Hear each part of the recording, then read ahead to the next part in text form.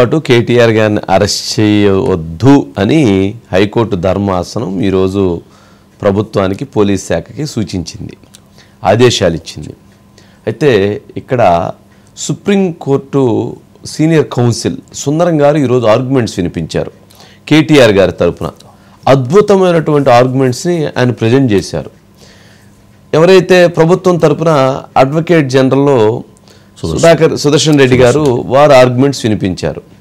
కానీ వీరిద్దరు ఆర్గ్యుమెంట్స్ విన్నటువంటి ధర్మాసనం కేటీఆర్ గారిని 10 రోజుల పాటు అరెస్ట్ చేయవద్దు అని ఆదేశాలు ఇవ్వటం జరిగింది.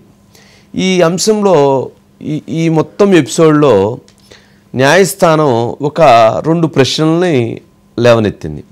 ఒకటి, అవినీతి నిరోధక శాఖ యాంటీ కరప్షన్ బ్యూరోకు సంబంధించి డబ్బులు కేటీఆర్ గారికి వచ్చినట్లుగా ఇది ట్రాన్స్ఫర్స్ జరిగినట్టుగా ఎక్కడైనా మీ దగ్గర ఆధారాలు ఉన్నాయా? నెంబర్ 1, లేవు. భవిష్యత్తులో విచారణ చేసిన తరువాత ఆధారాలని మేము దాంట్లో పొందుపరుస్తాము అని ఏజీ గారు చెప్పారు. ఓకే, అక్కడ ఒకటి కేసు ఎగిరిపోయింది.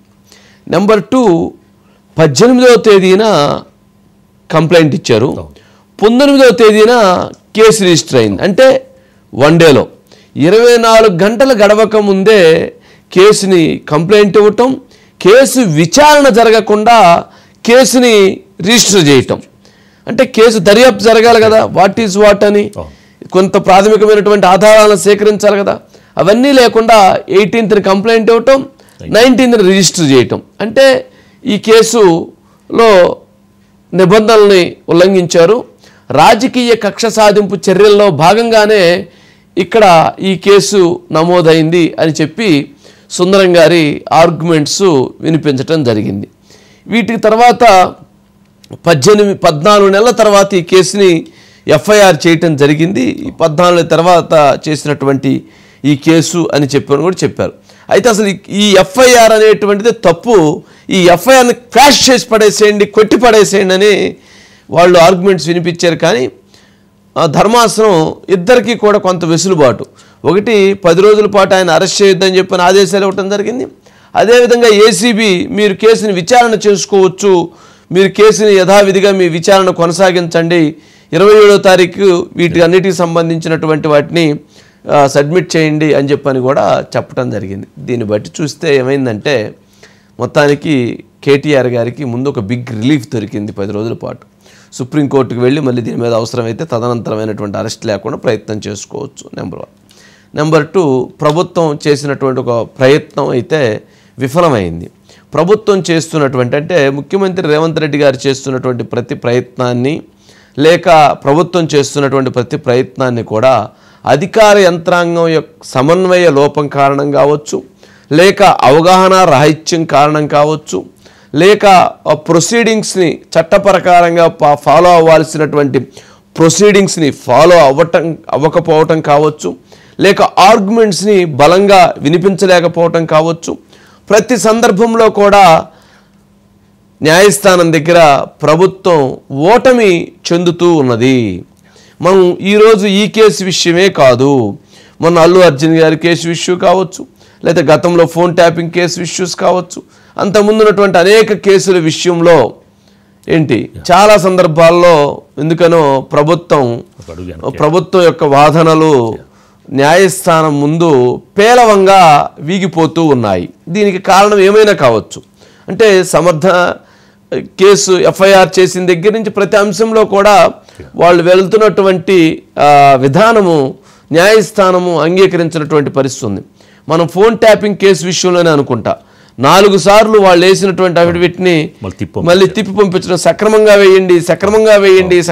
వేయండి అని చెప్పని 4 సార్లు ధర్మాసనం వెనక్కి పంపించిందనంటే ఎంతటి లోపభూయిష్టమైనటువంటి వ్యవస్థలతో, ఎంత లోపభూయిష్టమైనటువంటి అధికార కేంద్రీకృతంతో ప్రభుత్వం నడుస్తుంది అనేటువంటి దాన్ని ముఖ్యమంత్రి రేవంత్ రెడ్డి గారు గమనించాల్సినటువంటి అవసరం ఉంది. ప్రభుత్వంలో ఉన్నటువంటి ముఖ్యమైనటువంటి అధికార యంత్రాంగం, మంత్రులు గమనించాల్సినటువంటి అవసరం ఉందనేటువంటి దాన్ని గుర్తించాలి. సరే, ఈ కేసు అనేది ఏ కేసు విషయంలో కానీ ముందు చెప్పాల్సినటువంటి అంశాలని ప్రొసీడింగ్స్ ఏదైతే ఫాలో అవ్వాల్సినటువంటి సక్రమంగా ఫాలో కావాలి. సరే, ఈ కేసు విషయంలో అసలు నిన్న మనం చాలా స్పష్టంగా చెప్పాం. కేటీఆర్ గారి పాత్ర అనేటువంటి అంశంలో రూల్స్ని అతిక్రమించి ఉండొచ్చేమో, కానీ కరప్షన్కి సంబంధించినటువంటి దాంట్లో ఆయనకి ఇంతవరకు ఎక్కడా కూడా టచ్ కాలేదు. ప్రభుత్వం తరపున వాళ్ళు ఎంఓయూ చేసుకున్నారు. అయితే వాటికి పర్మిషను, హెచ్ఎండిఏ పర్మిషన్ కావచ్చు, క్యాబినెట్ పర్మిషన్ కావచ్చు, అదే ఆర్బీఐ పర్మిషన్ కావచ్చు, వీటి అనుమతులు లేకుండా ఫైనాన్స్ డిపార్ట్మెంట్ పర్మిషన్ కావచ్చు, వీటి అనుమతులు లేకుండా ఆయన డైరెక్ట్గా వీటికి సంబంధించినటువంటి దాన్ని ఎంఓయూ చేసుకొని ఇక్కడి నుంచి విదేశీకి కరెన్సీ పంపించారు అనేది వారి మీద ఉన్నటువంటి ఆరోపణ.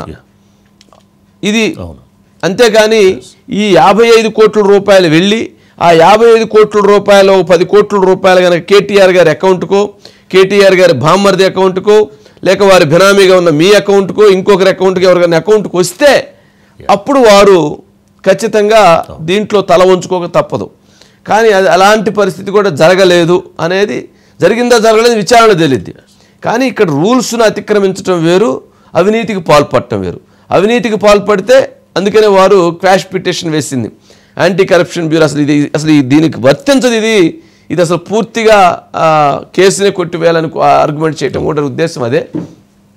సరే, ఏదన్నా కానీ ఇప్పుడు మరలా ఈ కేసు కొత్త ట్విస్టులు జరగబోతుంది. ఇదంతా జరుగుతూ ఉంటే రాజుగారు, ఉదయం నుంచి నేను గమనిస్తున్నాను, కొన్ని ఆశ్చర్యకరమైనటువంటి అంశాలు చోటు చేసుకున్నాయి. ఒక అతను వచ్చి కేటీఆర్ గారు జైలుకి వెళ్ళటం కన్ఫర్ము అయిపోయింది, లోపలికి వెళ్ళి చూడాల్సిందే, చేసినటువంటి పాపాలు, తప్పులు, ద్రోహాలు, అన్యాయాలు మామూలుగా కాదని చెప్పి ఒక ఆయన చెప్పాడు. ఇంకొక ఆయన వచ్చి అసలు కేటీఆర్ గారిని అరెస్ట్ చేస్తే తెలంగాణ రాష్ట్రంలో విధ్వంసం సృష్టించడానికి నియోజకవర్గానికి కోటి రూపాయల లెక్కన 100 కోట్ల రూపాయలు చెల్లించారని ఇంకొక శాసనసభ్యుడు వచ్చి చెబుతున్నాడు.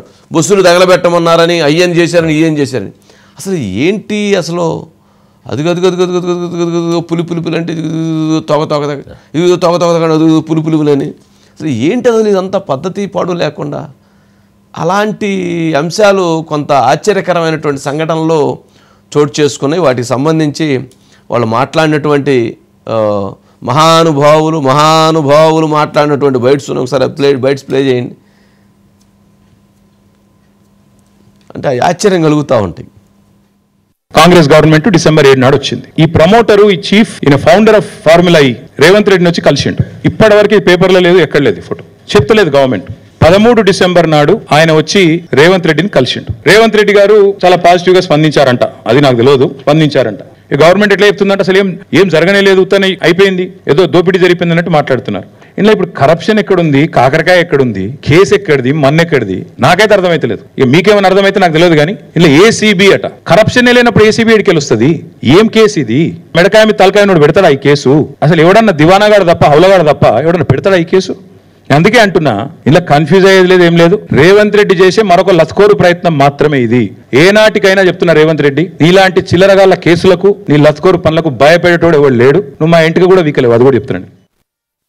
మా ప్రభుత్వం ఏర్పాటు చేసి నేను బాధ్యత తీసుకున్న రోజు 3-4 రోజుల తర్వాత ఆ ఎఫ్ఈఓ సంబంధించిన ప్రతినిధి నా దగ్గరకు వచ్చి, గతంలో మేము కేటీఆర్ తో ఈ రకమైన ఒప్పందాలు చేసుకున్నాం, మాకు లావాదేవీలు ఉన్నాయి, మాకు వ్యవహారం ఉంది, దీన్ని కొనసాగించాలని నా దగ్గరకు వచ్చిన అధ్యక్ష. ఇప్పటి దగ్గర అక్కడ ఫోటో ప్రదర్శిస్తారు. అఫీషియల్ గా చీఫ్ మినిస్టర్ గా నేను అపాయింట్మెంట్ ఇచ్చిన అధ్యక్ష.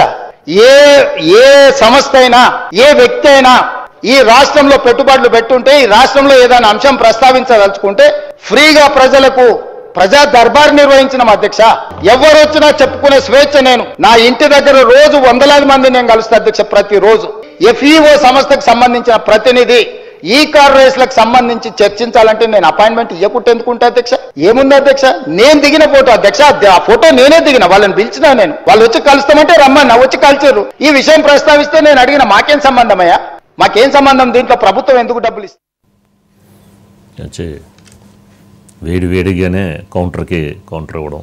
కానీ కేటీఆర్ గారు ఘాటుగానే రెస్పాండ్ అయ్యారు. నా వెంట్రుక కూడా పేకలేవు అని చెప్పని చాలా ఘాటుగానే చెప్పారు. కానీ ఇంకొక పదం చాలా విచిత్రంగా, వైవిధ్యంగా వాడారు. ఏంటంటే కుంభకోణం లేదు, లంబకోణం లేదని. జనరల్గా మనం కుంభకోణాల గురించి ఉన్నాను కానీ లంబకోణం గురించి లేదు. లంబకోణం అంటే ఏంటనే దర్యాప్తు చేయాల్సిన అవసరం కూడా మనకున్నది. ప్రాసను వాడారు. సరే ఏదన్నా కానీ కొంత డిఫరెంట్గానే ఇది చేశారు. సరే ఏదేమైనప్పటికీ కేటీఆర్ గారు అరెస్ట్ అనేది లేదు. ప్రభుత్వం కేటీఆర్ గారిని అరెస్ట్ చేయాలని భావించి ఉండవచ్చు, కానీ అరెస్ట్ అనేటువంటి దాంట్లో సరైనటువంటి నిబంధనలు పాటించకపోవడంతో న్యాయస్థానం బెయిల్ 10 రోజుల పాటు ఆయన అరెస్ట్ చేయొద్దని చెప్పింది. దర్యాప్తు చేసుకోమంది. ఈ దర్యాప్తులో గనక వాళ్ళు గనక సరైనటువంటి ఆధారాలను సేకరిస్తే అప్పుడు ఆయన అరెస్ట్ చేసేటువంటి అవకాశం ఉండొచ్చు. అట్లాగే ఫార్ములా ఈ రేస్ వాళ్ళ మీద కూడా వీళ్ళు కేసు పెట్టలేదట. వాళ్ళ మీద ఎందుకు పెట్టలేదంటే భవిష్యత్తులో ఇన్వెస్టిగేషన్ చేసిన తర్వాత వాళ్ళ మీద పెడతా ఉన్నారంట. చాలా ఆశ్చర్యకరమైనటువంటి అంశాలను తెలియజేసినట్టున్నారు. న్యాయస్థానం కూడా ఒకసారి అలా ఇలా చూసేసి సరే అని చెప్పని ఇది చేశారు. ఒకసారి సురేష్ గారు ఉన్నారండి.